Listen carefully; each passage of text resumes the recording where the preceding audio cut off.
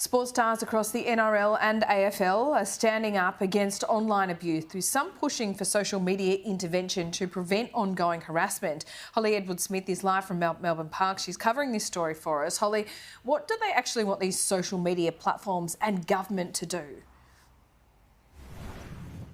Well, Laura, this hard stance and push is coming from a number of NRL players from the South Sydney Rabbitohs, in Cody Walker and Latrell Mitchell. They believe that social media platforms and governments need to do more to prevent online harassment, particularly from anonymous trolls. So they're standing up and saying that social media platforms should make it a requirement for new members to have to provide identification to prevent them being able to hide behind the guise of anonymity and behind a screen. They want to prevent young athletes from being subject to this type of online harassment and abuse. They say it can lead to mental health issues and even suicide, and don't want the next generation of sports players across all fields dealing with this type of abuse. A new Code Sports investigation has found that Indigenous players and high-profile female athletes experience inappropriate racist or sexist comments on average every 2 days. And a separate investigation has found that for NRL players, that's every 3 days. It's not just in rugby, though. In the AFL, particularly in recent weeks, we have seen a number of players